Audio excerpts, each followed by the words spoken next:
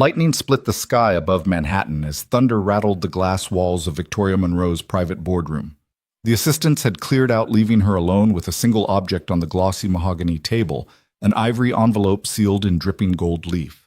With a single deliberate inhale, she slid the seal, ripped open the flap, and let the paper fall like the countdown to a warhead's detonation. Ink shimmered under the fluorescent glare. "You're invited to Maxwell Langston's wedding." A smirk curved her lips, but her heart thundered. Tonight the invitation would not be a courtesy. It was a challenge, a gauntlet thrown at her feet. Victoria's double take out the floor-to-ceiling window revealed rain-slicked streets flickering with neon agony. She crumpled the paper, then smoothed it flat, voice low, steel-edged with purpose. "This ends on my terms." Her pulse thrummed like a war drum underneath her silk blouse, and she whispered, "Find me someone who can shatter expectations." Sound gripping. If you're on Victoria's side or rooting for the underdog. Dad, drop a comment below. Hit subscribe and tap the bell. This saga only grows more explosive from here. At 5:47 a.m., the alarm in Ben Harper's Brooklyn apartment sputtered to life, dragging him out of a restless dream. In the narrow kitchen, he flipped on a single bare bulb cold light, bouncing off scratched linoleum as he measured formula for his daughter's morning bottle. Outside the city exhaled a low rumble of subway cars slipping past, and distant sirens stitching dawn to its soundtrack. In the reflection of the chipped ceramic mug, Ben rubbed 3 days' stubble from his jaw and squared his shoulders. Today, like every day, he balanced two worlds. The one where he was, Dad first breadwinner, second, and the one he once thought would last: boardrooms, business pitches, promises now burned to ash. But his focus snapped back to his daughter Ava when she stirred in the cracked pack crib. Swaddled in a pastel blanket clouded with faded stars, her lashes fluttered open, revealing blue eyes shining with unspent trust. Ben crouched down, voice soft as dawn, murmuring, "Hey kiddo, ready for school?" She offered a shy smile through sleep, and he lifted her onto his knee bottle, poised like an olive branch to the world. One slow sip, and Ava's restless stir turned to contented sighs. Ben's heart clenched and eased in the same breath. Caring for her was easy, providing for her almost impossible.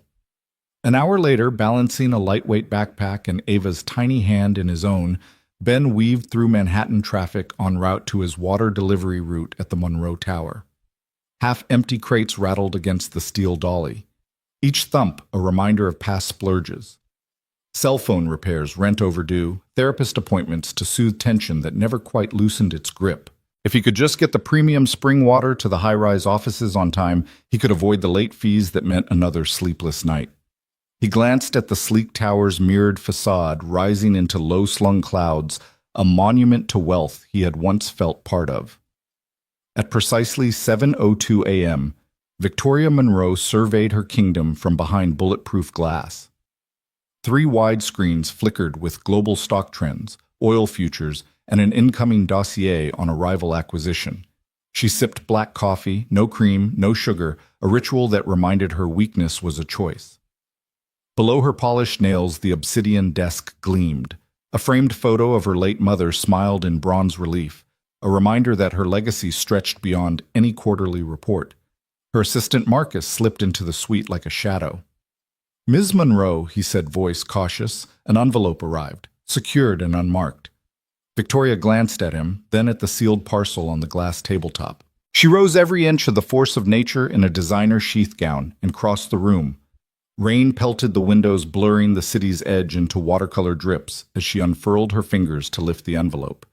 The moment froze, raindrops paused mid-fall, the hum of the city dimmed to watch her break the seal. Gold dust from the embossing clung to her palm.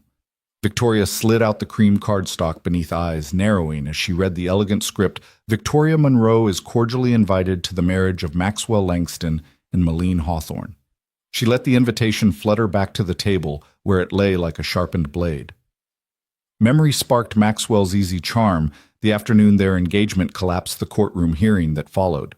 The world had labeled her cold, too driven, too untouchable. Maxwell had traded loyalty for a family name as if her heart were collateral damage. But this envelope wasn't mere formality. It was a spotlight trained on her pain. She inhaled, and the storm outside answered in thunder. Suppressing the urge to toss the paper into the rain, she gathered it, the creases whispering defiance. "He wants me there to show I've cracked," she murmured to the empty room. Marcus watched her reflection tighten, every calculated step exuding command. "No," she said, voice low and composed. "He'll watch me rise." Fingers tapped the mahogany, forging a new rhythm. "Make it clear I won't crumble." Marcus nodded, already reaching for his phone.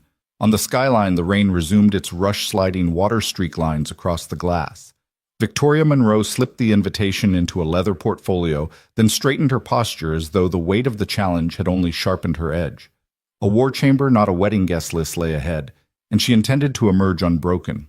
By mid-morning, the news feeds below were alive with speculation. Monroe to attend ex's nuptials, power move, or emotional trap.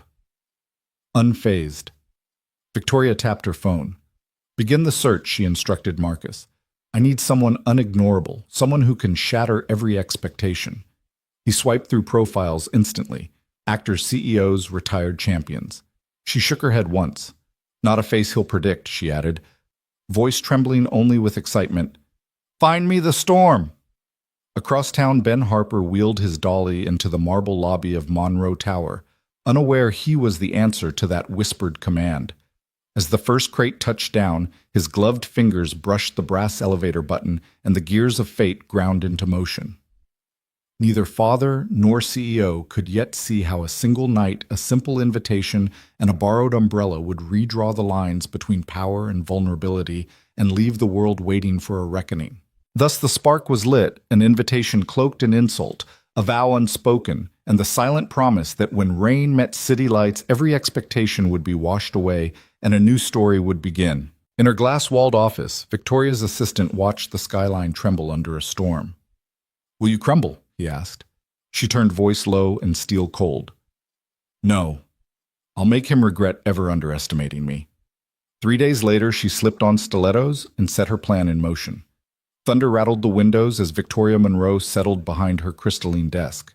The invitation lay open before her like a dare she couldn't resist. Outside, rain carved rivulets down the glass, each drop echoing the pulse in her temples. She picked up her phone and dialed, tone clipped but brimming with intent. "Secure every channel of Monroe Tower's scheduling software," she instructed. "I want to reroute a delivery." Marcus, her chief of staff, blinked. "A delivery?" She didn't look up. "Premium spring water, the kind our clients pay a premium to skip the line for." She tapped the invitation's edge with a manicured nail. "I need someone to deliver it personally. Make it seem accidental, but ensure it's him." He nodded, adrenaline and wonder flickering in his eyes. Victoria hung up, then rose and walked to the floor-to-ceiling window.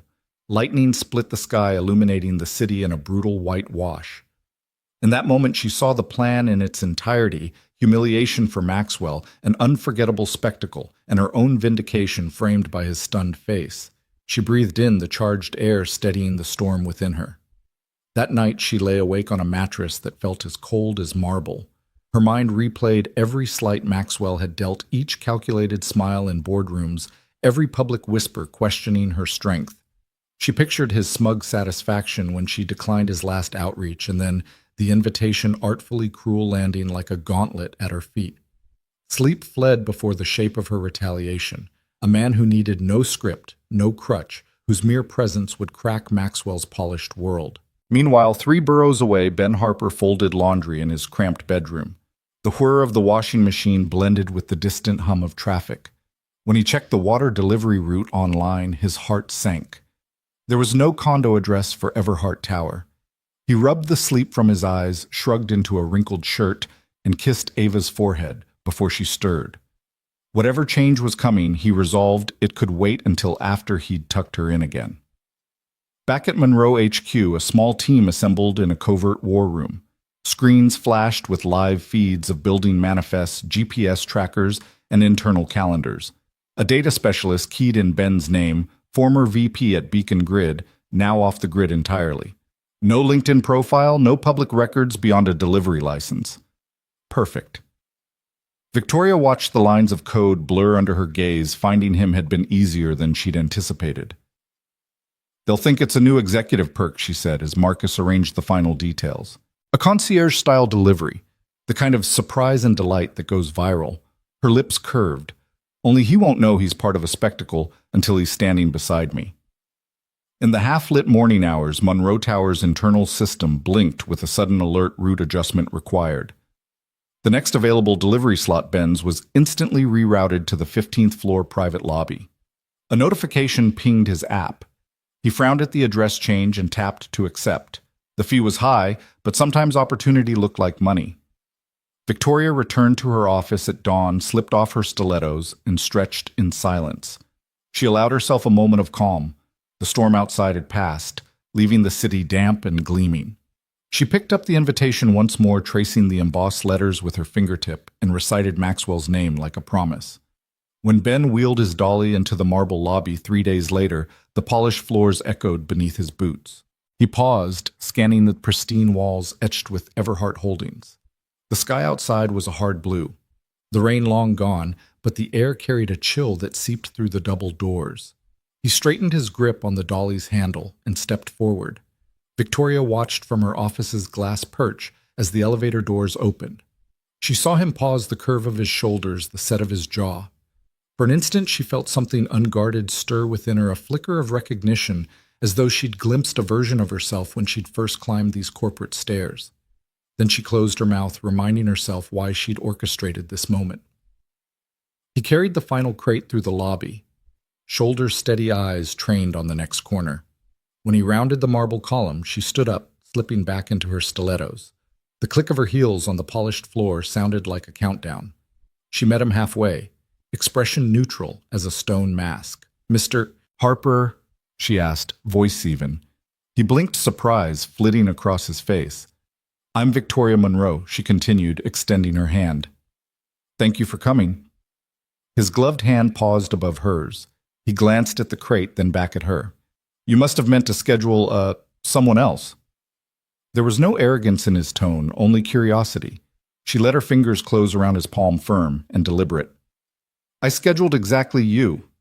Her eyes held his. "I'd like to compensate you for one evening, no lines, no charades, just your presence." He squared his shoulders, lowering the crate. Behind him, a small pair of boots scuffed across the marble, Ava peeking out from behind his leg. Victoria's gaze softened for an instant as the girl's wide eyes met hers. Then she cleared her throat and stepped back. "Specifically, I need you this Saturday at 6, Victoria said. "At an event where your only job is to be memorable." She dipped her head. "Let's discuss terms." Ben's gaze flicked to his daughter, then back to Victoria's unblinking stare. Somewhere between the residue of his old life and the scaffolding of his new, he perceived the gravity in her words. He knelt to adjust Ava's jacket clasp, then rose with measured calm. "I have a daughter," he said softly, "and she comes with me." The corners of Victoria's mouth lifted, the first genuine expression she'd allowed herself in 3 days. "I wouldn't have it any other way."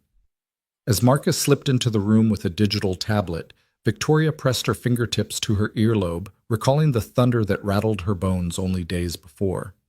Now the storm had settled, leaving a razor's edge of possibility in its wake. Ben reviewed the contract on the screen, 5 figures in his account. Before the ink dried with a single clause, no surprises. He scrolled to the signature line. Victoria watched him sign with a calm that belied the tremor of victory in her chest. She turned and walked back toward her window where the city sprawled beneath an early sunset.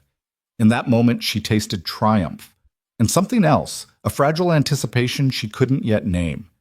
The final rays of daylight faded, and she slipped her stilettos back on heels, clicking with resolve. The die was cast. The game had begun, and this time she intended to win. Ben Harper balanced the wobbling stack of water crates with the precision of a tightrope walker. The 15th floor loading dock of Monroe Tower smelled of polished marble, and industry-faint bleach mingled with the steam rising from the deliveries ramp below.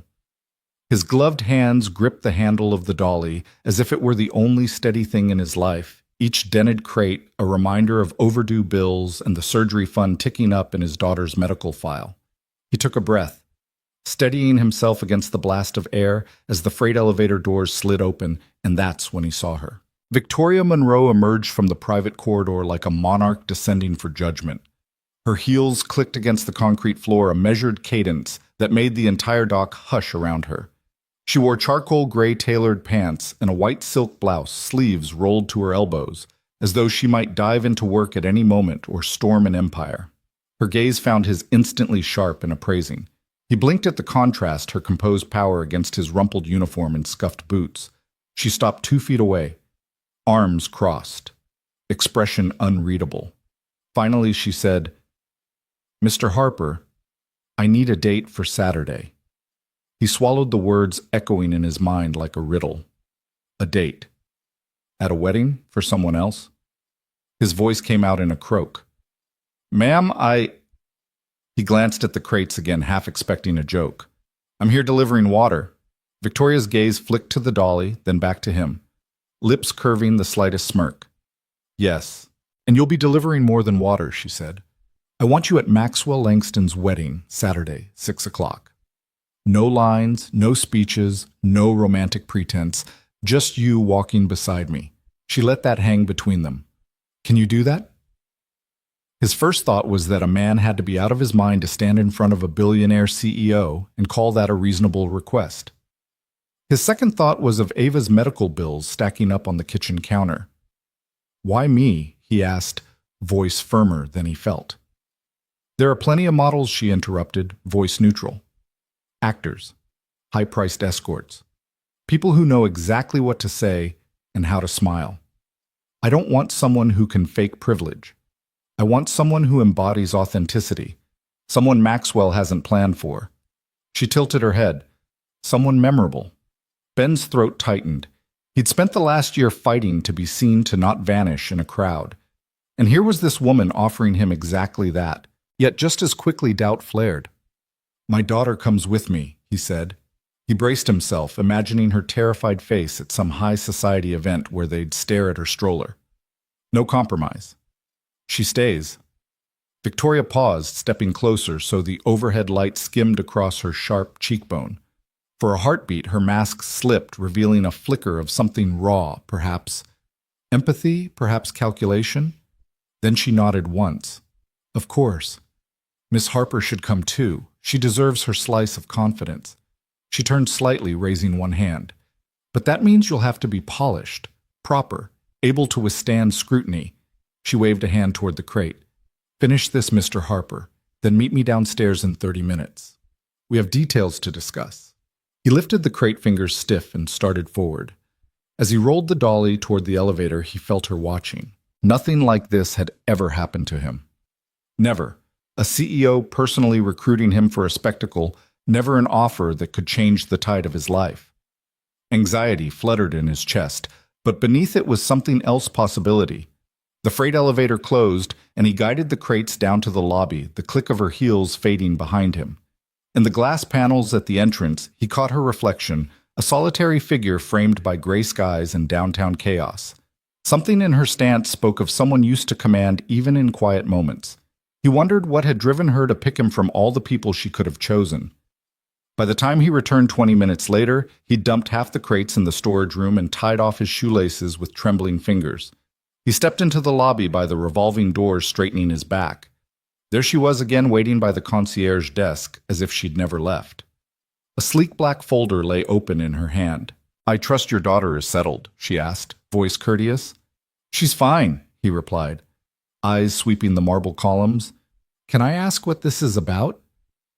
Why make such a spectacle?" Victoria glanced down at the folder, then back at him.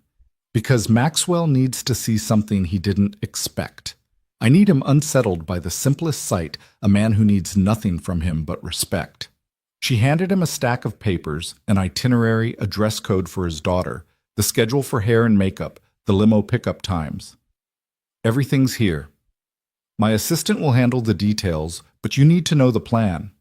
He flipped through the pages, absorbing each directive: tuxedo-fitting, Friday evening rehearsal, at the estate tomorrow, at dusk, press photos at the red carpet. At the bottom, a single line caught his eye: payment transferred on acceptance. No amount specified. She'd mentioned generous compensation. His breath caught. He thought of fuel bills, rent arrears, Ava's hearing consultation. This could change everything. You really mean this, he said, voice low. Victoria nodded, tucking a loose strand of hair behind her ear. I mean every word. Are you and Mr. Harper? He looked at the folder, then at her. He could almost hear a ticking clock, the only sound in his mind, aside from Ava's laughter, echoing from a happier dream. He closed the folder with a determined click. I'm in, he said, but I want one guarantee. Her brow lifted. Name it. That after Saturday, nobody touches my daughter. No photographs in tabloids, no leaked stories. He met her gaze squarely. She's my priority. Victoria's lips curved into a genuine smile, the first he'd seen. It softened her usual steel-hard demeanor and lit her eyes with something close to relief. That's agreed. You and your daughter stay protected. Everything else is on me. He exhaled, feeling the tension in his shoulders ease for the first time in days. Where do I start? She closed the folder, stood straighter, and extended her hand. By trusting me, she said, welcome aboard. Their hands met in a firm, decisive shake, two people from different worlds forging an alliance in that silent lobby.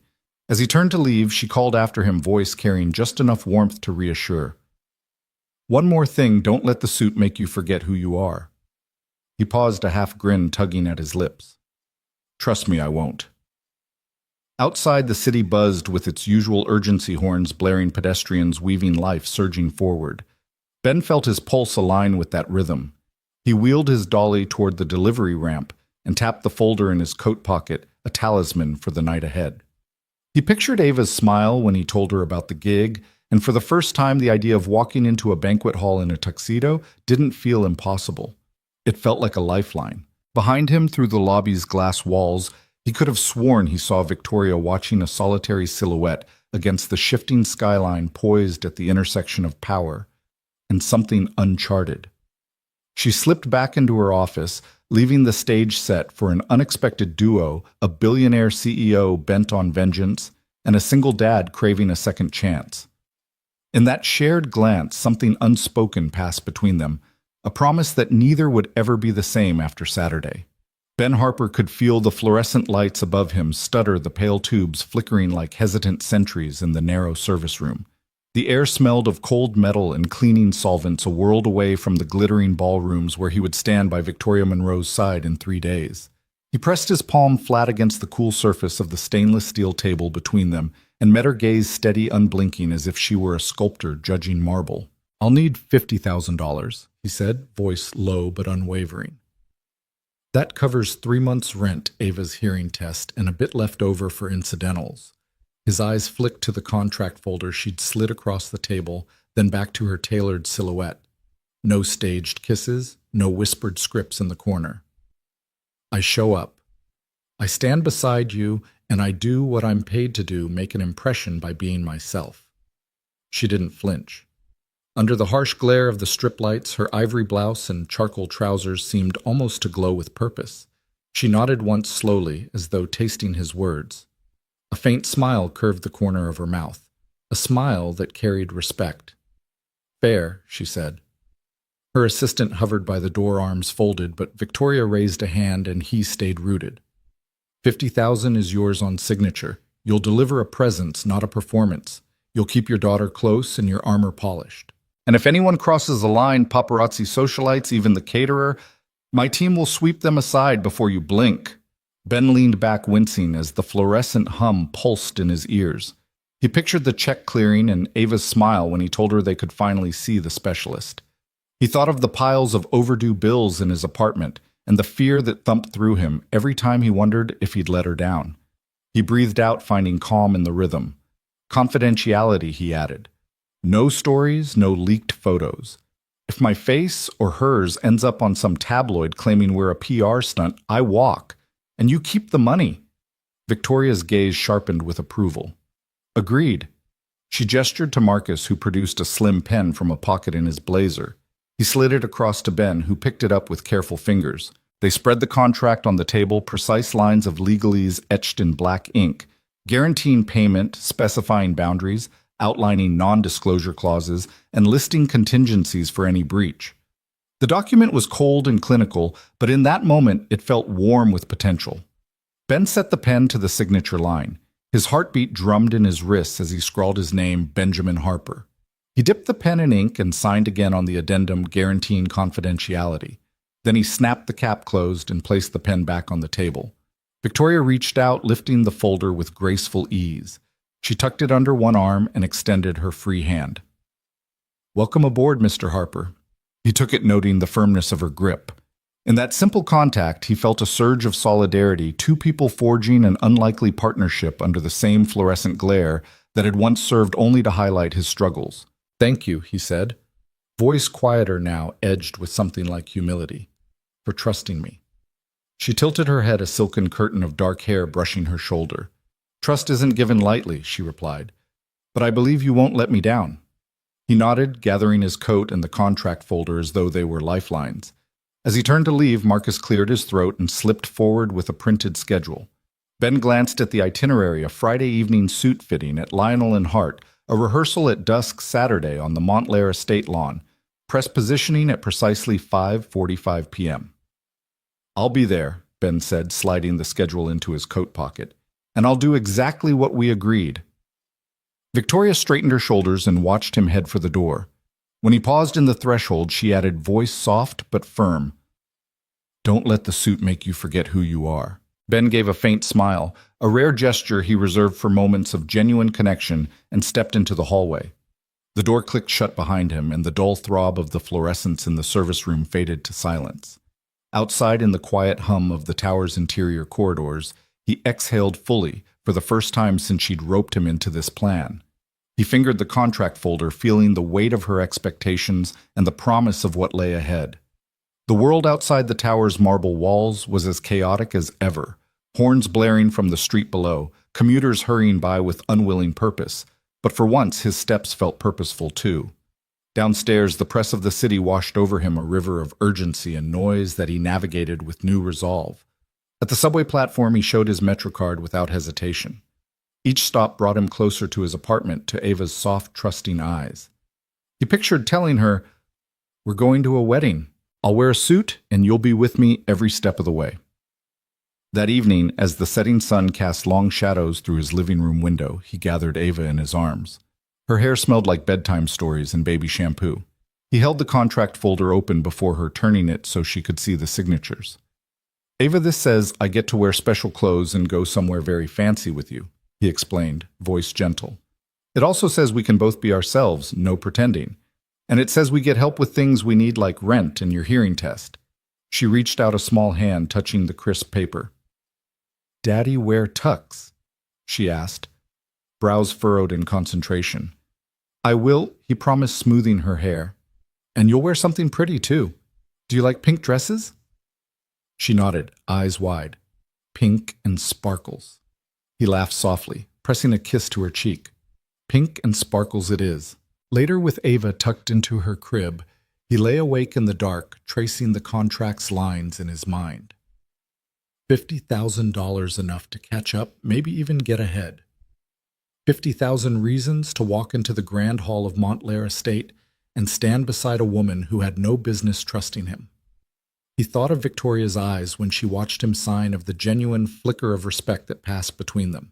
He wondered what would happen when he stepped onto that red carpet, how the world would see him in a midnight blue tux instead of a water-stained uniform.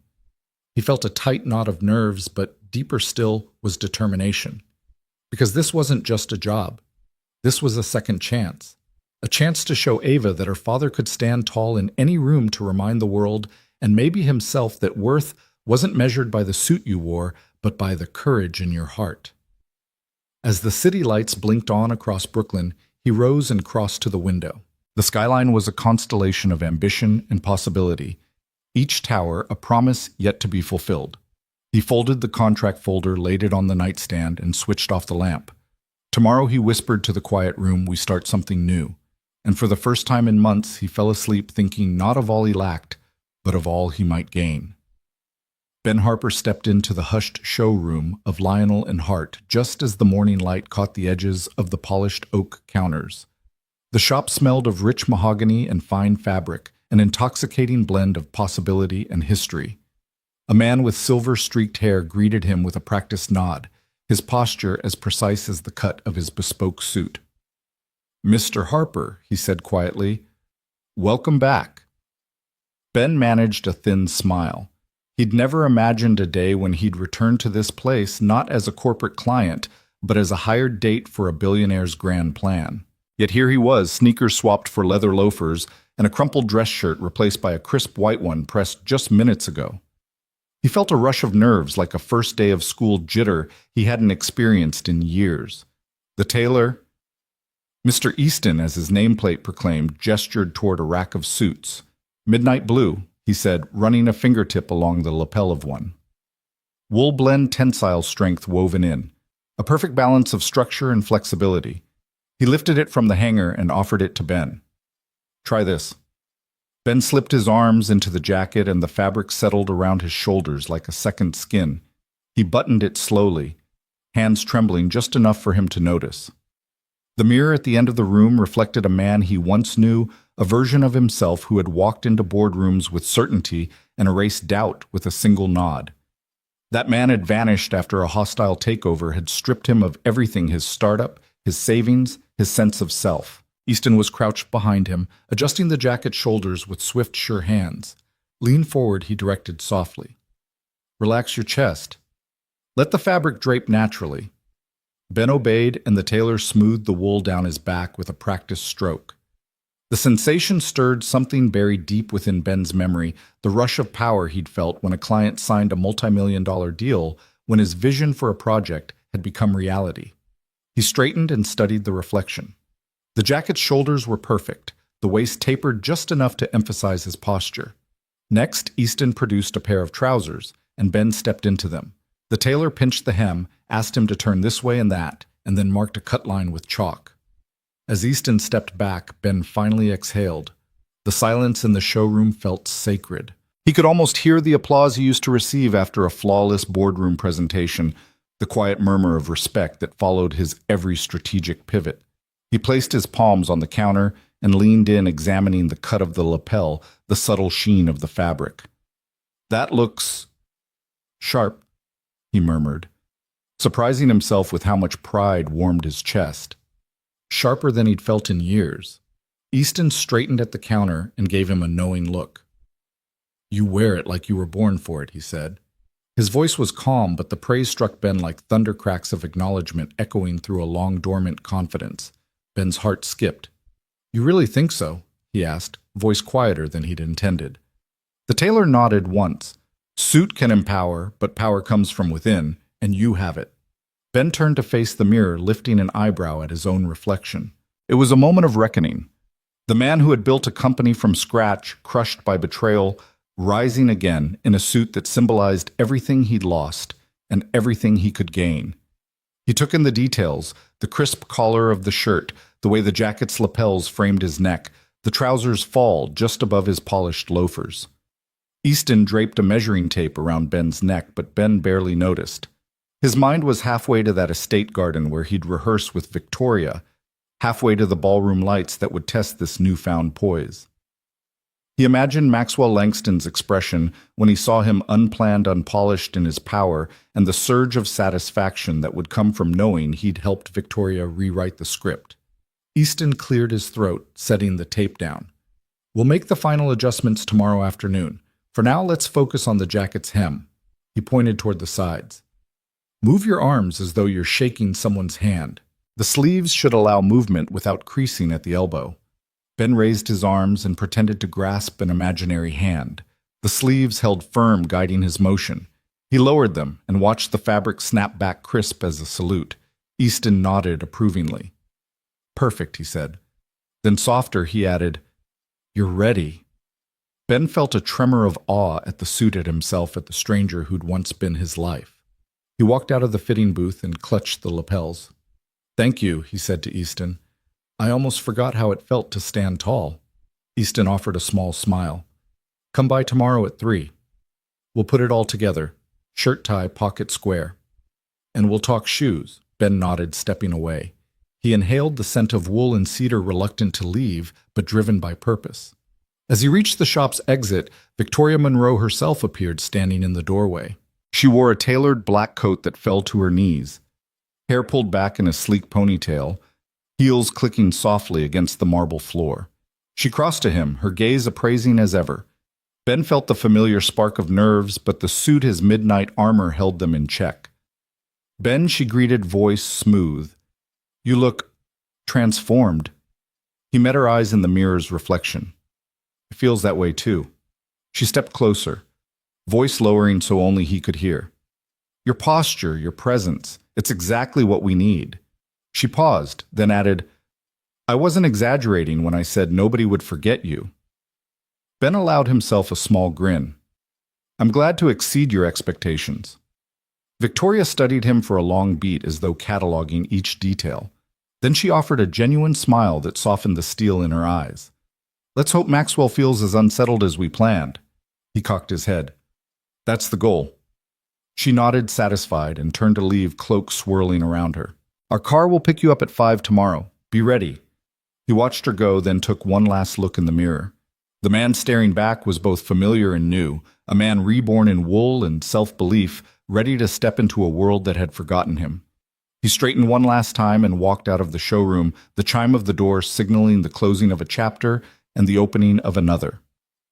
Outside, the city's midday hum washed over him. He hugged the suit's gentle weight to his chest, feeling it settle like an anchor around his ribs. He pictured Ava's grin when he told her about the fitting, her eyes lighting up at the idea of her father looking so fancy. He strode down the sidewalk with purpose, each step echoing the tailor's words in his mind, "Power comes from within." And in that midnight blue wool, Ben Harper felt power rising quiet, confident, ready to claim what was once his, and to stand unwavering beside the woman who'd seen something in him that even he had forgotten existed. Ben Harper eased the latch on his apartment door and carried Ava inside the late afternoon sun, filtering through threadbare curtains to cast a golden glow over peeling wallpaper and a stack of bills teetering on the end table. The place felt smaller by the day, a single bedroom, a kitchenette that rattled when the fridge hummed, and a bathroom sink perpetually stained from hard water.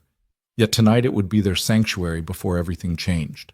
Ava was already pulling at her nightgown as soon as he set her down. Her hair tumbled in unruly waves as if she'd spent the afternoon wrestling with every pillow in the house. Ben knelt beside her on the faded rug, untying the knot at the nape of her neck to unfold the snarled strands. Each finger stroke was deliberate, a small ritual he had turned into an art form over countless evenings. "You know," he said softly, "it doesn't matter how perfect your braids look. What matters is you feel seen." She tipped her head, eyes wide, with the innocent confidence that only 6-year-olds possess. "Mama says pretty hair makes you feel pretty." He smiled, brushing a stray curl behind her ear. Mama was right. But being pretty is just the world's applause. Feeling seen, that's what really matters. He worked a bit more gently, then coaxing the final knot free. The brush slid through her hair like warm butter melting on toast. "Tomorrow night, I'll be wearing a suit," he explained, fingers pausing as he secured one tiny braid.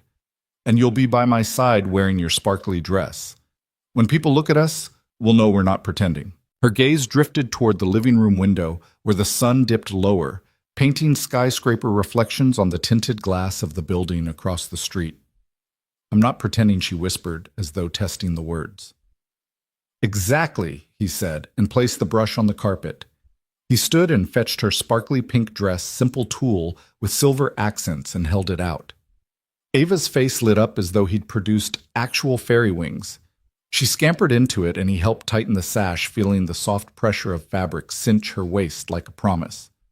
Once she was properly dressed, he scooped her into his arms and carried her to the couch, tucking a worn blanket around her legs.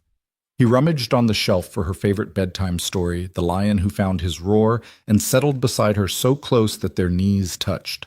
The muted glow of a single table lamp cast dancing shadows on the wall, turning their cramped living room into its own little theater. As he read about the lion's journey from fear to courage, Ava's head lolled against his shoulder, eyes fluttering shut at the last page's triumphant roar. He closed the book slowly and cradled her as she drifted into sleep, the steady rhythm of her breathing a balm against his own nerves. Sliding off one shoe, he eased her onto the sofa-cum bed, smoothing the blanket over her until only her fine eyelashes peeked through. He pressed a gentle kiss to her forehead. "Sleep well, kiddo," he whispered. "Tomorrow, you and me, we show them what it means to be unforgettable." He gathered her half-empty water glass and placed it on the coffee table, then dimmed the lamp. In the hush that remained, he touched the contract folder still on the kitchen counter, its edges crisp in the lamplight. $50,000. Enough to clear the rent pay for Ava's tests, maybe even buy a few weeks of breathing room. He traced the embossed letters of Victoria's name, wondering for the 1,000th time what he'd gotten himself into. By the time Ben crept into his bedroom, the city had surrendered to twilight, the skyline jagged against a bruised purple sky. He lay down on the thin mattress, heart still thrumming, and closed his eyes. Outside, distant sirens sang their lullaby, but in his mind, the wedding invitation spun like a glittering record, an opening note to a symphony he'd barely begun to learn. Several miles north, in a penthouse perched above Manhattan's glittering grid, Victoria Monroe practiced her entrance. The space was a cathedral to luxury marble floors, cool beneath her stilettos, floor-to-ceiling windows framing the city's high-rises like a constellation she could almost touch. Her reflection rippled in the glass as she walked the length of the sweet heels, clicking with a measured assurance. She paused in front of a full-length mirror, the ivory invitation folded in one slender hand. In the reflection, she saw a woman draped in black silk, elegant, sure, untouchable. But tonight, she would have company. She rehearsed sliding her arm through Ben's, the way his shoulders would square, how his gaze would find hers. She imagined the flashbulbs, the hum of whispered speculation, the way Maxwell Langston's expression would fracture when he realized this was no stunt. Her assistant Felix knocked once and stepped in with a leather-bound guest list. "Miss Monroe, the final seating chart. Media setup is confirmed. Cameras at the entrance stage right. We have 3 reporters confirmed: City Herald, Society Weekly, and The Insider." Victoria pinched the bridge of her nose as if to massage the last vestiges of doubt from behind her eyes. "Good," she murmured. "No surprises. The only story Maxwell will tell is the one he doesn't see coming." She turned, slipping the invitation into her coat pocket, then smoothed a loose strand of hair behind her ear. "Ensure Ben's daughter has a private waiting area away from the press, with a nanny he's approved." Felix bowed. "Absolutely, ma'am." After he left, Victoria closed the drapes on the east wall and lit a single candle on the marble console, its amber flame licking at the subtle shadows she used to keep locked away. She stepped closer to the mirror and practiced the tilt of her chin, the lift of her gaze, a silent code of confidence she had mastered over countless boardroom battles. But tonight something fluttered at the edge of that confidence anticipation, a thrill she hadn't allowed herself in years. She traced the edge of her coat, imagining the hush that would fall as she and Ben entered Montclair Estate.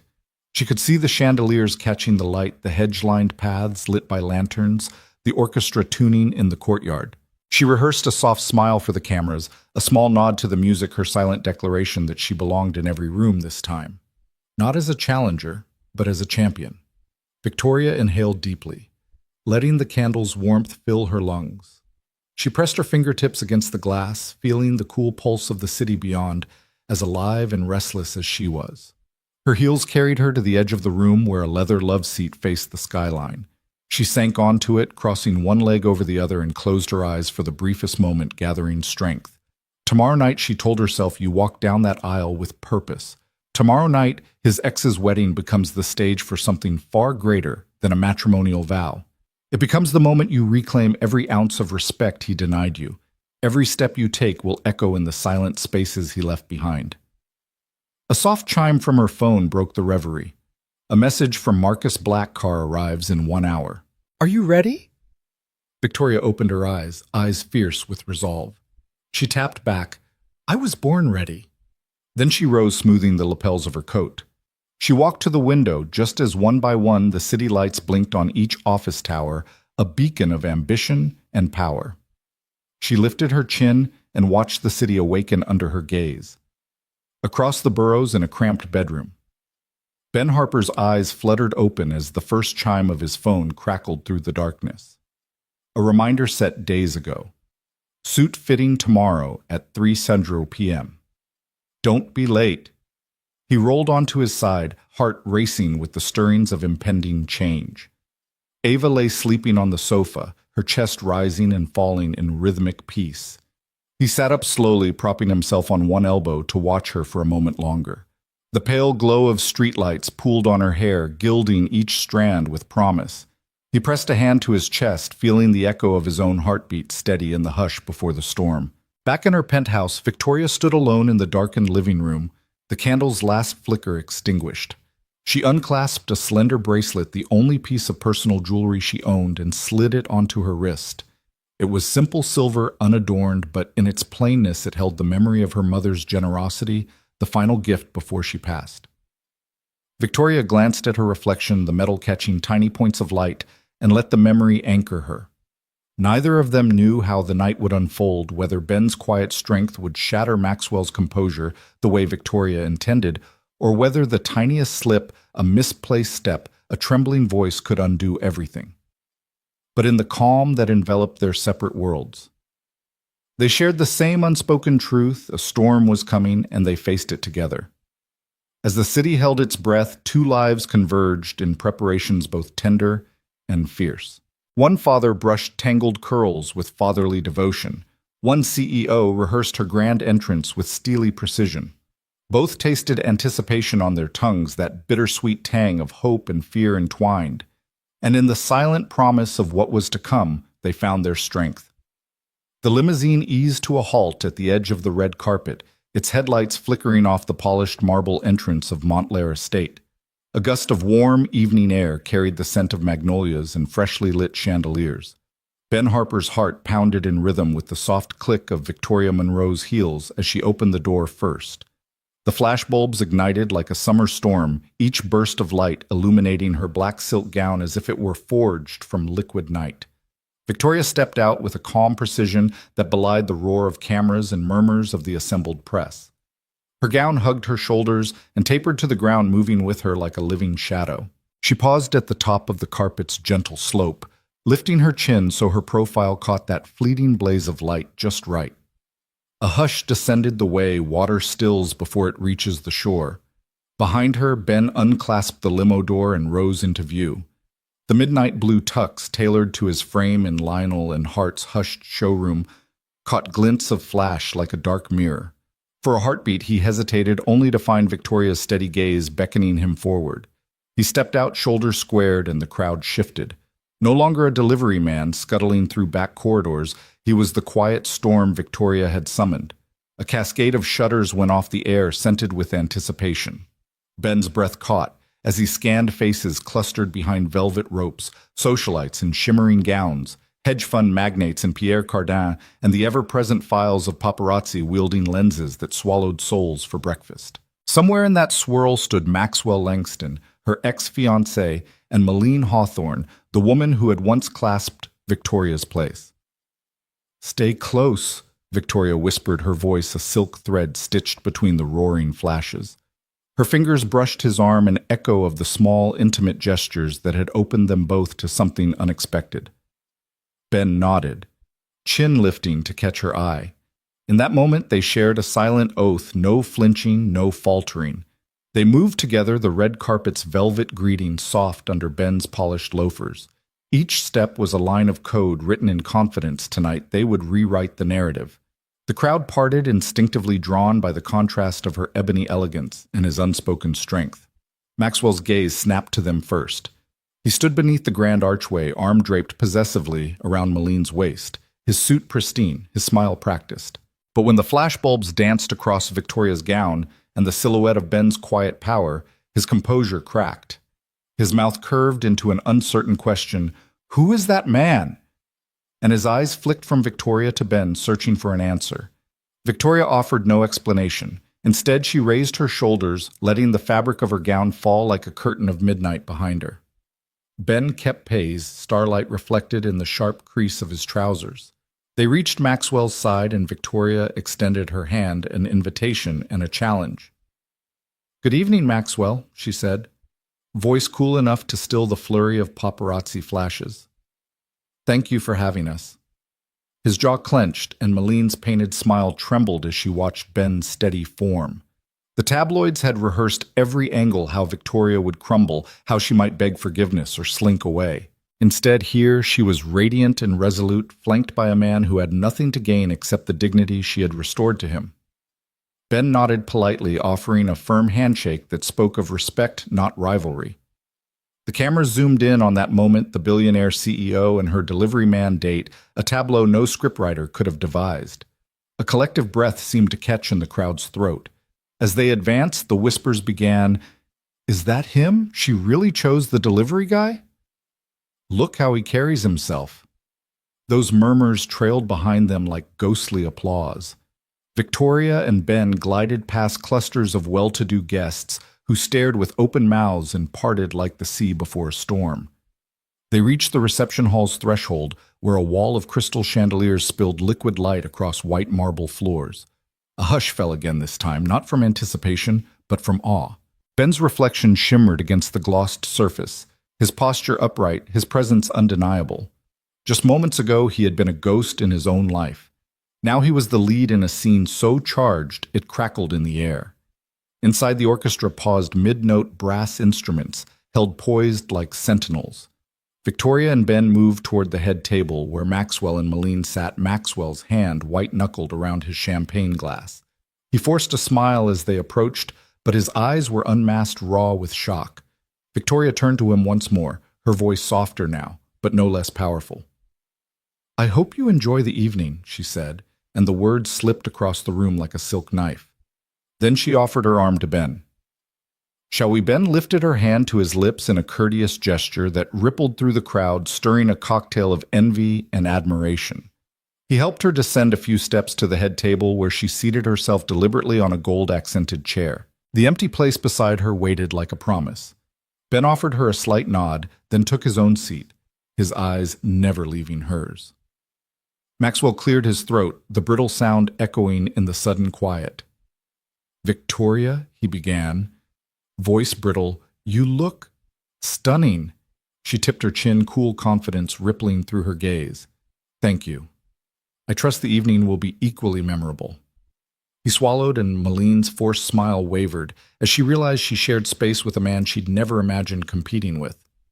Ben folded his hands in his lap, watching Maxwell with the serene calm of someone who carries his own worth, unshaken by others' expectations.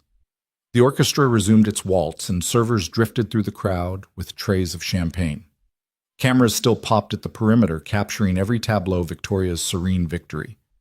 Ben's dignified bearing, Maxwell's tremulous composure. The gallery of onlookers murmured and clicked while Victoria leaned toward Ben, her breath a warm whisper.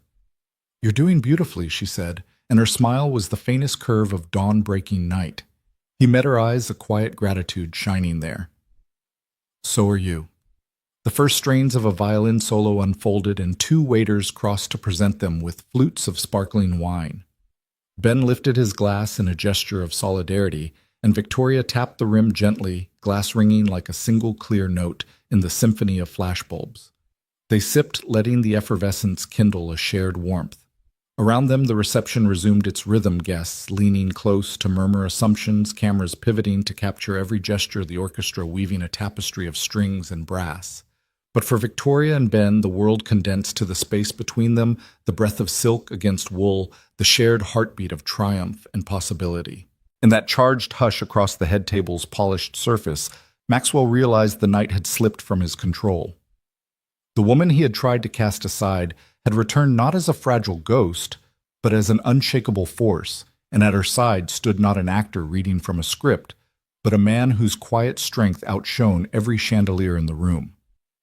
Victoria caught Maxwell's eye one last time and offered a small, graceful nod, the kind that marked both an end and a beginning. Then she turned back to Ben, her eyes reflecting candlelight, and said softly but with perfect clarity, "Thank you for reminding me who I am." Ben inclined his head, a gentleman's acknowledgement that spoke louder than any spotlight.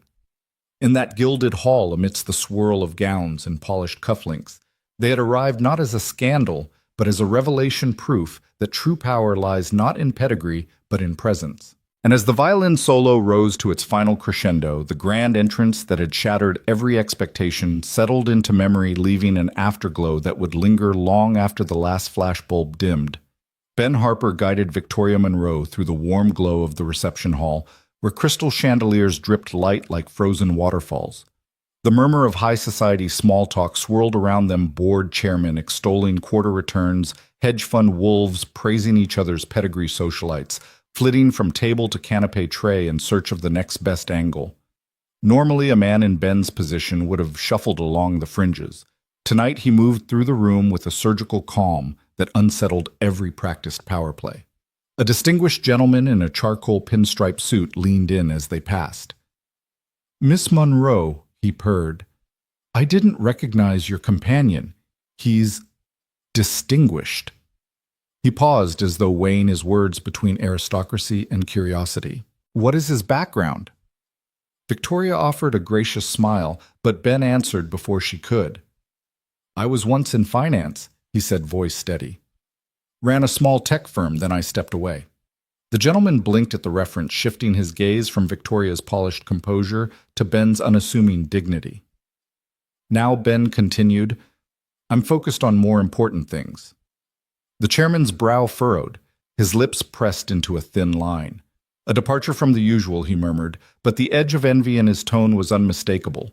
Ben merely inclined his head as if acknowledging a fact that needed no defense and continued onward. Across the ballroom, a board director from Everhart Holdings intercepted them, glass of champagne poised like a sword. "Victoria, darling, you simply must introduce me to this fascinating man," she said, voice heavy with expectation. "He's hardly the sort you parade around social events." Victoria met her gaze evenly. "Allow me," she said, and introduced them. The director's eyes flitted over Ben's tuxedo, then rested on his calm expression. "Your daughter must be very proud," Ben said, extending his hand. The director coughed, nearly dropping her flute. "Proud, of course," she stammered, imagining headlines that read, "Monroe's secret weapon, the janitor who stole her heart." Ben gave a small nod and moved on, leaving her flushed with startled admiration. They turned down a side corridor lit by mirrored sconces. Soft laughter trailed behind them, women in couture comparing their seats, at the head table men speculating on follow-on deals. Ben scanned the crowd, noting the way people parted as if the night's true drama lay not with the bride and groom, but with the duo who'd just usurped their scene. He caught Victoria's eye, her lips curved in a fleeting smile of surprise and approval. He offered his arm. "May I tempt you with a quieter corner?" She glanced toward the grand piano tucked beneath a balcony of gilded railings. The pianist's fingers danced in arabesques across ivory keys, weaving a melody both tender and unbound. She slipped her arm through his. "Lead the way." They paused beside the piano as the piece reached a lilting crescendo. Ben's reflection shimmered in the lacquered surface, sleeves draping just so, tie knot perfect. He turned to Victoria, their faces close enough to share breath, but distant enough to keep the world at bay. "Dance with me," he asked quietly, extending a hand. Her chest rose and fell in a controlled breath. "I haven't danced in years," she admitted, voice soft with vulnerability. "Not outside a boardroom gala where every step is judged." He offered a gentle smile. "Then let tonight be unjudged." She placed her hand in his. The pianist shifted seamlessly into a waltz as if summoned by their silent invitation. Under the chandeliers, they stepped onto a small space cleared for them, the carpet cushioning their motion. Each footfall was steady, measured, not a performance, but an honest admission that two people could find refuge in each other's arms, far from spotlight's glare. Their gaze locked as the first notes of the waltz filled the hall. Ben's hand rested lightly on Victoria's waist, his other holding her hand with the ease of someone who knew how to support without smothering. She followed his lead, her steps graceful yet infused with something raw and beautiful, a willingness to trust again. Around them, the ballroom continued its orbit, couples clustered at tables, waiters gliding between groups, the soft clink of crystal. But in that circle under the piano's spotlight, time slowed. Victoria's breath caught when Ben guided her into a gentle turn. His eyes never left hers, as though he read the unspoken script of every fracture that had led them here, her shattered trust, his quiet resurgence. He hummed along with the melody, a low reassurance. She closed her eyes for a moment, letting his presence anchor her. The world's demands faded. No analyst dissecting her market moves, no socialites whispering about her private life. There was only the music, the rhythm, and the two of them moving as one. The chorus of strings swelled, and Ben dipped her in a classic flourish. For a heartbeat, she felt weightless, an executive without walls, a CEO without armor, simply a woman reacquainted with the language of grace. When he raised her back up, her hair brushed against the collar of his tuxedo, and his eyes warmed with a rare gentleness. "You move beautifully," he whispered, as much to her soul as to her form. She opened her eyes, a faint laugh trembling at the corner of her lips. "Not half as beautifully as you," she replied, voice brimming with sincerity. "You've made this feel simple." He guided her in a smooth pivot. "Sometimes simplicity is the hardest thing we forget." The waltz drew to its final notes, but neither loosened their hold. The pianist's last chord lingered, a floating question in the air. As the applause rippled through the hall, some curious, some admiring. All transfixed, Ben led Victoria back toward the head table. Maxwell watched from his seat, jaw slack with disbelief. He had expected a spectacle of sorrow or contrition. Instead, he'd witnessed two souls reclaiming their narrative in a display too genuine to script. Malene, perched at his side, looked at him with a newfound disdain. This wasn't the power play they'd anticipated, but a reclamation of dignity that no alliance or inheritance could mimic. Victoria and Ben slipped into their chairs, the final embers of the dance still glowing between them. Victoria's hand brushed against his as she settled a silent thank you for the moment of truth they'd shared. He offered her a subtle nod, meeting her gaze with unwavering loyalty. The orchestra transitioned to light chatter and the clinking of silverware, but the undercurrent had shifted. Where once guests had wondered if Victoria would crack, they now questioned their own assumptions about power and presence. Ben's quiet strength had disrupted the evening's carefully choreographed politics, and his dance with Victoria had forged an intimacy that no whispered rumor or camera flash could breach. As the next course was served, Victoria leaned toward Ben, her voice a murmur meant just for him. "Thank you," she said, fingertips brushing his, "for reminding me why vulnerability can be our greatest strength." He reached for his glass, lifting it in a toast that felt like a vow. "To truth," he said, "and to the moments that reveal it." Their glasses clinked softly, a quiet note amid the evening's orchestrated grandeur. Around them, the guests resumed their conversations, but for Victoria and Ben, the waltz's echo remained a wordless truth shared in a room built on performances. And in that lingering silence between notes, they found a harmony all their own. After the last toast, Victoria and Ben slipped away from the grand hall, threading through guests still clustered around candlelit tables. The cool night air hit them as they stepped into the waiting car. No flashbulbs, no whispered critiques, just the hum of the engine and the city lights blurring past the tinted windows. Ben watched Victoria's reflection in the glass, her profile framed by the glow of passing street lamps. For the first time, she looked vulnerable rather than invincible. They arrived at her penthouse in near silence. The elevator doors opened to reveal art-lined walls and plush carpeting leading to floor-to-ceiling windows that overlooked Manhattan's sleepless streets. Victoria unlocked the door with a swipe of her keycard. Inside, the apartment felt more like a sanctuary than the fortress he'd imagined. A single lamp cast a warm pool of light on a low coffee table, and on the far wall, the city's skyline shone like a constellation she seemed to hold in her hands. "Make yourself at home," she said, shrugging off her coat and letting it fall across a velvet chaise. "I'll get us something to drink." Her heels clicked as she crossed to the bar, where rows of crystal glasses and decanters sparkled under recessed lighting. Ben closed the door quietly behind him. He hung his jacket on a brass hook, then took in the space-soft rugs underfoot, a thick throw draped over the sofa, family photographs discreetly placed among abstract sculptures. It wasn't ostentatious. It was curated, thoughtful, a reflection of a woman who controlled everything except her own loneliness. She poured 2 glasses of amber liquid whiskey neat and handed one to him. "I hope that's okay," she said as he settled onto the edge of the sofa. "I know you're not a drinker in suits." He shook his head, accepting the glass. The warmth of the whiskey seeped through his palms. "It's fine," he replied. "Thank you." They sank into companionable silence, the only sound the traffic far below, and the soft exhale of the air conditioner. Victoria toyed with her glass, tracing the rim with her fingertip. Finally, she spoke. I've stood in boardrooms and courtrooms in front of cameras, and never once did I feel seen, she said, voice low. People respect what I build, what I control, but they don't see the woman behind the titles. She lifted her eyes to the window where distant headlights looked like drifting fireflies. When my father died, I thought I'd find purpose in running Everhart Holdings. Instead, I inherited his ghosts. I learned to mask every doubt, every ache. It became easier to be the storm than to reveal the calm. Ben listened, swirling his whiskey as if it held answers. He realized this was her confession, the one she never allowed in the glare of public expectation. Victoria Monroe, untouchable CEO, was admitting the price of her empire isolation. He set his glass on the coffee table and leaned forward. I know what that feels like, he said. I lost everything once, too. Her head snapped toward him, surprise softening her features. He exhaled slowly, gathering the memory. 5 years ago, I had a startup Beacon Grid. I poured every ounce of myself into it. Then my partner sold me out.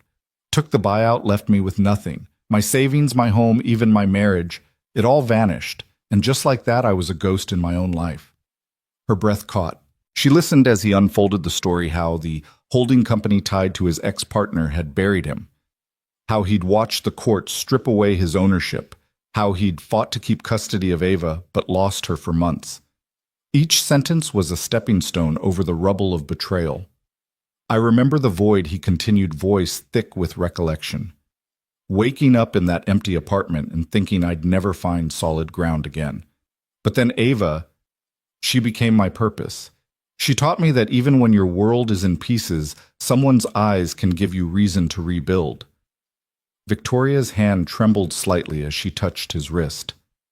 I'm sorry, she whispered, and he could feel the weight of her empathy through her silk blouse. I never knew. He shook his head. It's not your fault. He paused, studying her face in the lamplight. Neither is your loneliness. We both survived by hiding our wounds. Only tonight did I see yours. She set her glass down and rose, moving to the window. The city stretched beneath her, a tapestry of lights and hopes. I thought power would fill the hollow, she confessed. But it's a poor salve for a broken heart. I've negotiated every deal, but I've never sold my own soul. That stays hidden even from me sometimes. Ben joined her at the glass, and they stood side by side in the hush. He reached out, brushing a strand of hair behind her ear. You're more than your title, he said firmly. You deserve to be seen for all of you, strength and vulnerability, and you don't have to face it alone anymore. She let out a breath she hadn't realized she'd been holding. I want that, she admitted, voice breaking. She turned, meeting his gaze with raw honesty. I want someone who knows my scars and stays. Ben's heart clenched. Without hesitating, he took her hand and guided her back to the sofa. They sat close, shoulders touching, the earlier tension dissolving into something warm and urgent. In the soft lamplight, their faces were inches apart. I was afraid to trust again, she said, voice trembling. Afraid that every alliance was another betrayal in disguise. He cupped her face, thumb brushing the tear. She blinked away. Trust is a risk, he replied. But some things are worth the fall. Her lips quivered into a small smile. I don't want to be afraid anymore. He leaned in, forehead resting against hers. The whiskey burned at the back of his throat, but his next words were gentler than any liquor. You won't be. They stayed like that for a long moment, two survivors speaking the same wounded language in perfect unison. Outside, the city pulsed and hummed, oblivious to the quiet reckoning taking place in a high-rise above. Inside, time felt suspended, as if the confessions they'd shared had rewound the clock to a point before pride and fear shaped their lives. Victoria rested her head against his chest, listening to the steady beat of his heart. Thank you, she murmured, for reminding me I can still feel. Ben pressed a kiss to her temple. Thank you, he whispered back, for letting me see you. The hush deepened as the clock in the hallway chimed midnight. They sat in companionable silence, hands entwined, no longer two strangers bound by a scheme, but two souls laid bare by honesty. Neither needed to speak again. In the shared quiet, they discovered the truth that vulnerability could be the strongest bond, and that survivors, when seen, could choose to heal together. Morning broke with the shriek of notifications on Ben's phone. He blinked at the glare of the screen and scrolled through half-awake headlines.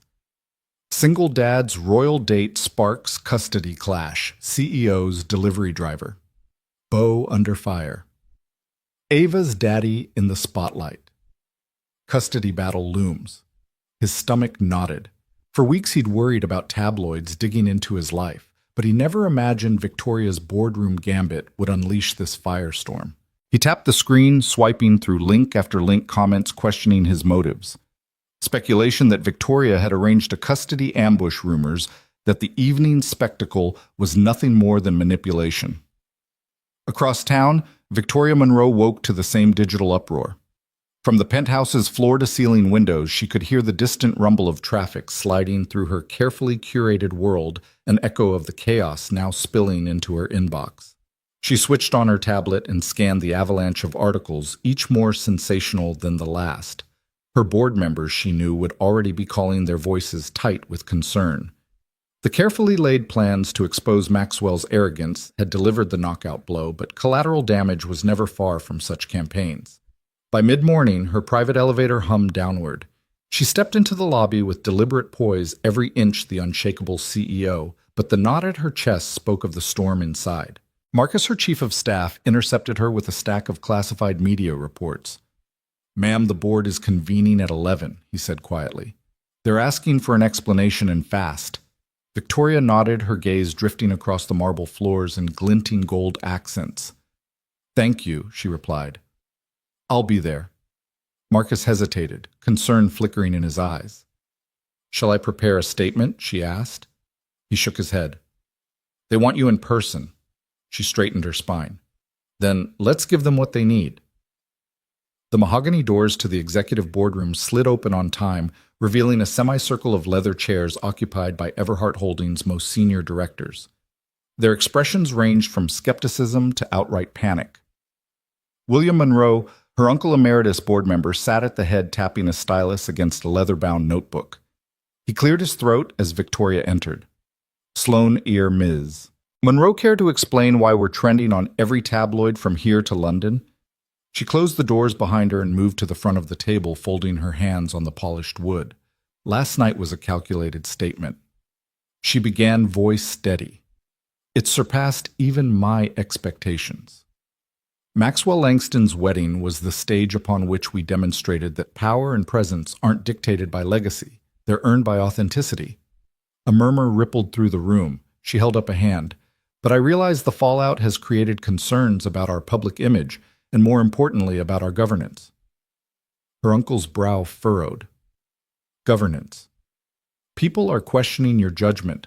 They're calling this a reckless move, suggesting it's blurring personal vendettas with corporate strategy."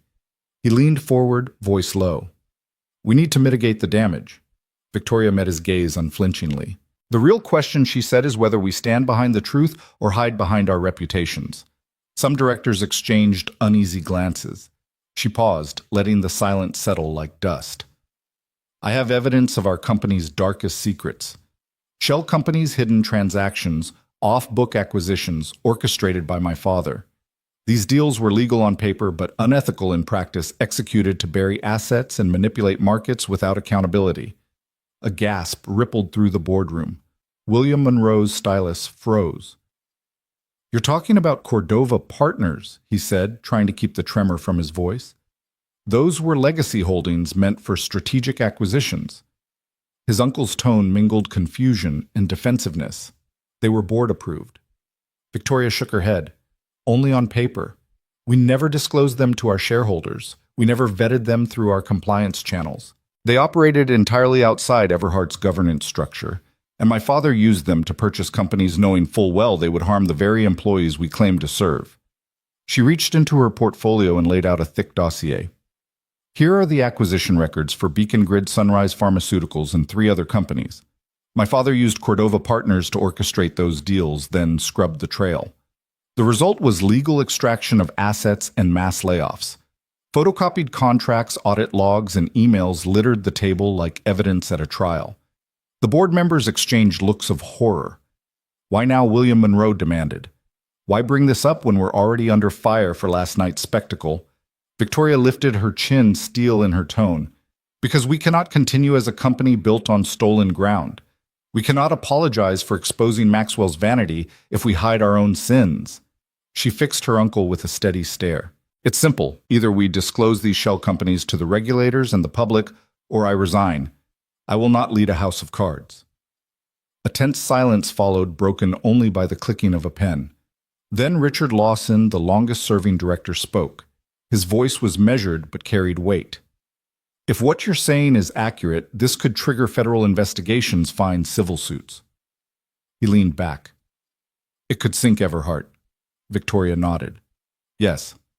But the alternative, continued obfuscation, will destroy our integrity and brand faster than any scandal.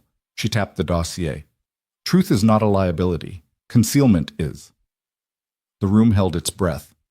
William Monroe closed his notebook slowly and slapped it shut. If the board votes to authorize full disclosure, he said, voice heavy with resignation, Everhart will weather the storm, but if any director opposes, I suggest you follow through on your resignation. Victoria allowed a small, satisfied smile. Then let us vote. One by one, the board members raised their hands for transparency, for reform, for a future built on accountability rather than legacy. When the last hand fell, the clerk announced the result unanimous in favor of disclosure and unanimous in confidence in Victoria's leadership. William Monroe stood face pale but composed and approached her. He extended his hand, a gesture of truce. You've done what I could not, he said quietly. You've taken the sword to your own lineage. She shook his hand, meeting him eye to eye. We rebuild on honesty, she replied. By lunchtime, Everhart Holdings had issued a public statement admitting the existence of Cordova Partners, detailing the shell companies and pledging full cooperation with regulators. Major news outlets hailed the CEO's courage, speculating that this marked a new era of corporate accountability. Stock analysts revised their rating, short-term turbulence, but long-term resilience under principled leadership. Back in his apartment, Ben watched the news on his laptop. The publicity around Victoria's boardroom victory eclipsed the custody rumors overnight. Headlines shifted. CEO slashes family ties to clean house. Everhart embraces radical transparency. Monroe's boardroom coup. Daughter of founder versus founder's legacy. He closed the lid and exhaled, relieved that the scandal had become a story of reform rather than personal vendettas. Meanwhile, in her penthouse, Victoria sank into her velvet chaise, a sense of relief finally washing over her. The dossiers lay on the coffee table, symbols of the reckoning she'd forced. She stared at the city skyline, still glittering, still relentless. But tonight she felt a quiet pride. She'd chosen truth over convenience, integrity over inheritance. She'd confronted the ghost that haunted her family's name and emerged stronger. Across Manhattan, two lives had collided in a whirlwind of strategy and emotion. Ben Harper had stepped into a world of power he once left behind. Victoria Monroe had embraced vulnerability to shatter the walls her father built. Now facing the fallout together, even from a distance, they had rewritten not only a wedding's narrative, but the very story of Everhart Holdings. The night shadows receded as afternoon sun flooded the penthouse. Victoria rose and walked to the windows, feeling the unfamiliar warmth of genuine confidence. She lifted her phone and typed a message to Ben Storm Weathered. Truth prevails. See you tonight. She hit send and watched the city pulse below, knowing that tonight they would meet not as CEO and contractor, but as two survivors bound by a shared commitment to authenticity and to each other. The morning sun filtered through striped awnings as Victoria Monroe, basket in hand, stepped into the farmer's market. The air was sweet with dew-washed produce and the distant scent of sizzling bacon from a nearby breakfast stand. She paused by a vendor draped in string lights where rows of jam jars gleamed like jewels. Each label, Wildberry Hill Sunrise Strawberry, promised a world of small pleasures. Her fingers brushed the cool glass of a jar and she lifted the lid to inhale the warm, fruity perfume. She smiled, feeling something inside her unfurl. Ben Harper followed close behind Ava's tiny hand tucked in his. He watched Victoria's eyes light as she set the jar against a stack of crusty sourdough slices offered by the baker next door. With a wooden spreader, she scooped a dollop of deep red jam and pressed it into the bread's soft nooks. The jam squished under the gentle blade syrup pooling at the edges. She lifted the piece to her lips and closed her eyes, savoring the burst of sweetness. Ben caught her gaze over the jam-streaked smile and felt his own heart swell. Meanwhile, Ava darted ahead, her pigtails bouncing like heartbeats. She crouched by a flower stall where a lone ladybug crawled across a daisy petal. "Daddy, look!" she chirped, reaching a chubby finger toward the tiny insect. Ben knelt beside her, lifting her onto his hip so she could watch. The ladybug unfurled its spotted wings and lifted off into the morning sky. Ava squealed in delight, sending warm ripples of laughter through Ben's chest. In that moment, surrounded by vibrant blooms and curious children, he felt life's simple magic pulse beneath their feet. A wooden cart piled high with golden pancakes beckoned them next. The vendor flipped flapjacks on a hot griddle, each one puffing steam and drifting the smell of maple into the air. Victoria placed her basket on the counter and ordered 3 stacks, 1 plain for Ava, 1 sprinkled with blueberries for herself, and 1 dusted in cinnamon sugar for Ben. He handed his daughter a small fork, watching her jab at the fluffy cake with earnest concentration. Victoria drizzled warm syrup over her pancakes, the liquid amber cascading in slow ribbons. They found a weathered picnic table under a walnut tree, its leaves whispering overhead. Ava sat between them, her pancake nearly as big as her face. Ben buttered his first flapjack, then passed the jar of strawberry jam. "Want to try it on your pancakes?" he asked. Victoria glanced at him, a playful glint in her eyes. "Why not?" she said, swirling jam through the stack until the layers gleamed pink. With their plates balanced in their laps, they shared a quiet feast, forkfuls of warm cake syrup and jam melting together in easy harmony. Victoria leaned back against the bench, wiping her lips on a napkin.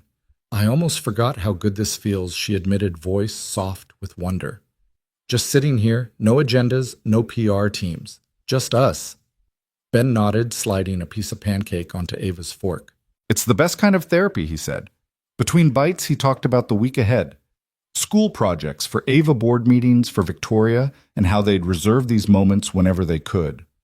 She reached for his hand across the table, their fingers lacing together like roots anchoring a sapling in soil.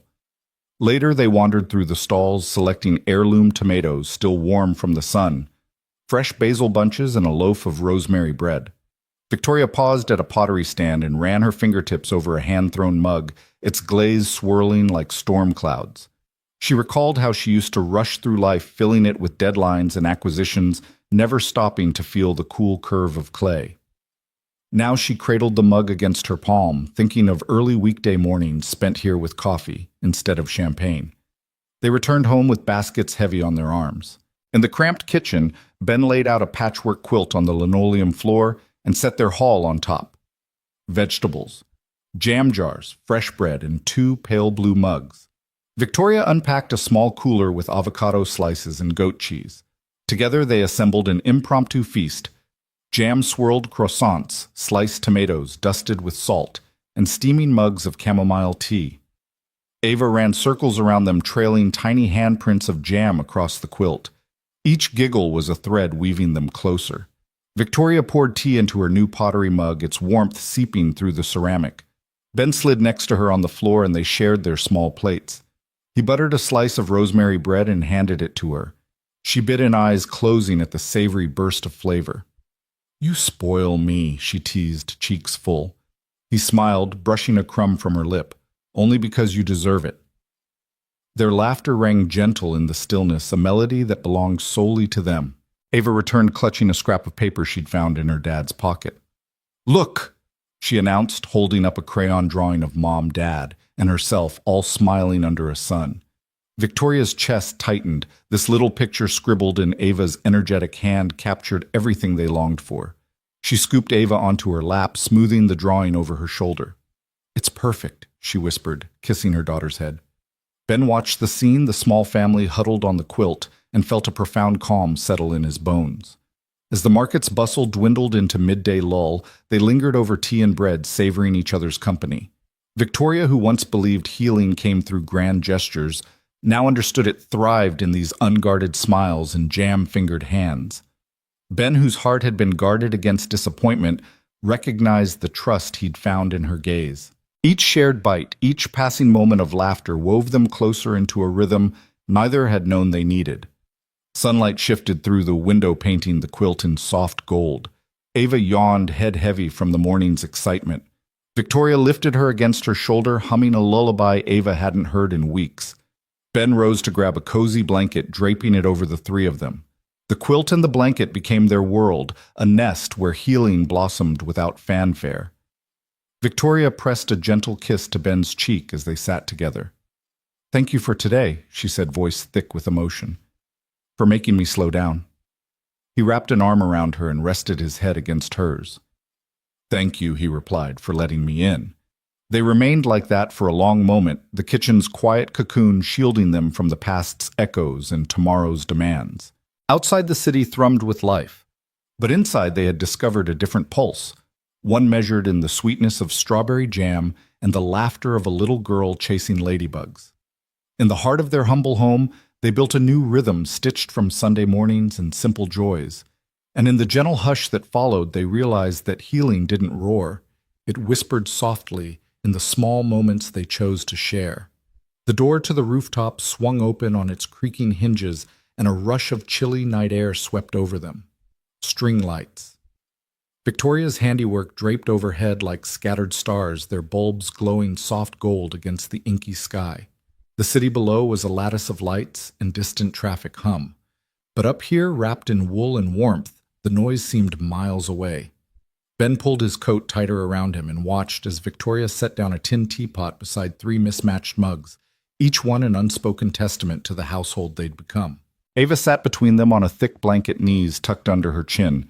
She hugged a stuffed rabbit that had seen better days, its fur matted but beloved. Ben reached over and ruffled her hair, sending her giggling as the rabbit nearly tumbled from her lap. "Your turn to choose," he whispered, nodding toward the pots of chamomile tea.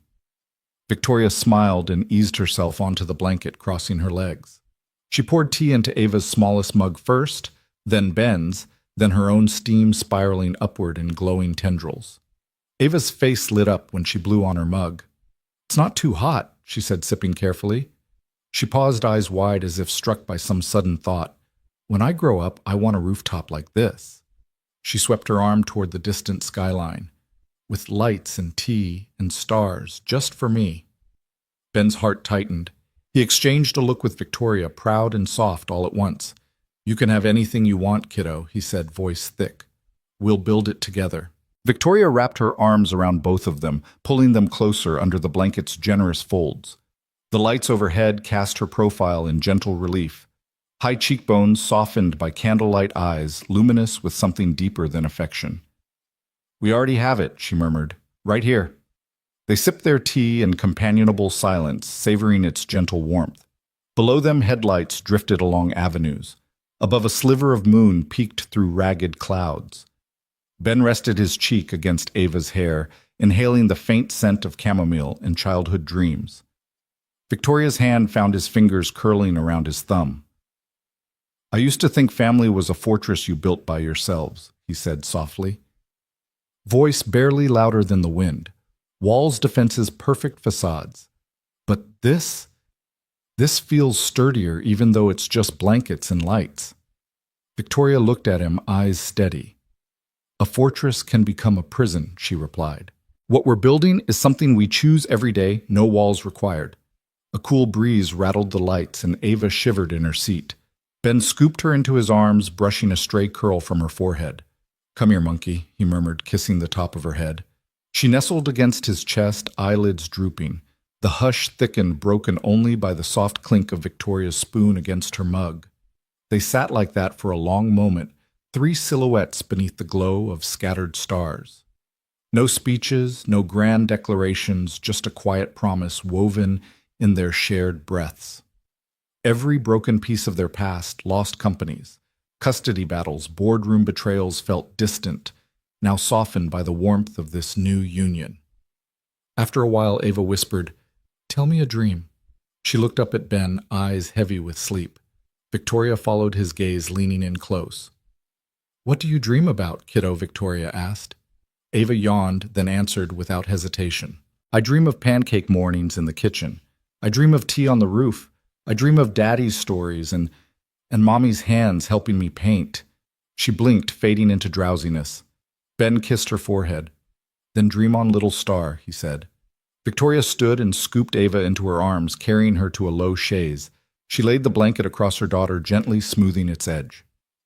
Ben watched Victoria tuck Ava's favorite rabbit beside her, then lie down himself to pull the covers over. Ava murmured something unintelligible, then settled into sleep, her tiny chest rising and falling in time with the night.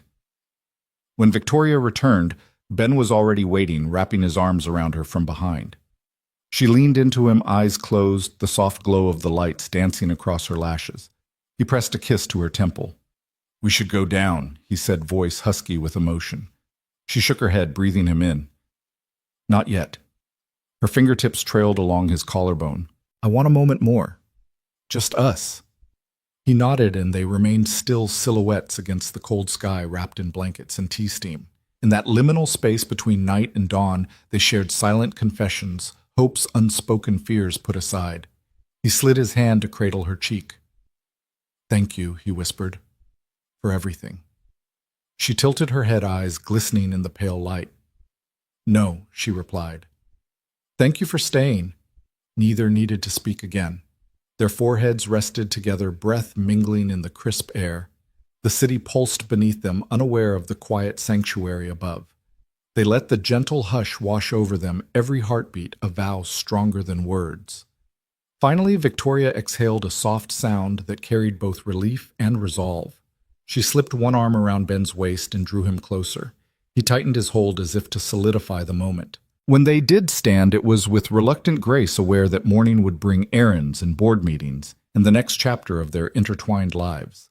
But for now they lingered, savoring the heat of the chamomile mug still warm in their hands. Ben snapped the teapot lid closed and nodded toward the rooftop door. Victoria gathered the string lights, carefully letting them coil around her arms like fireflies returning to their jar. He draped the blanket around her shoulders, brushing a stray lock of hair from her face. They descended the stairs side by side, footsteps silent on the metal steps, carrying hope back into the world below. In the lobby, they paused before parting ways, Ben to their apartment, Victoria to her penthouse, but neither tugged their embrace apart. The night had woven them together in a tapestry of simple moments: jam on toast, pancake laughter, whispered dreams, and an unspoken promise to stay. As they slipped through the separate doors into their homes, each carried the same quiet truth in their hearts, that family was not a blueprint or a contract, but the willingness to share broken pieces and build something whole. And in that gentle silence under string lights, hope had found its home.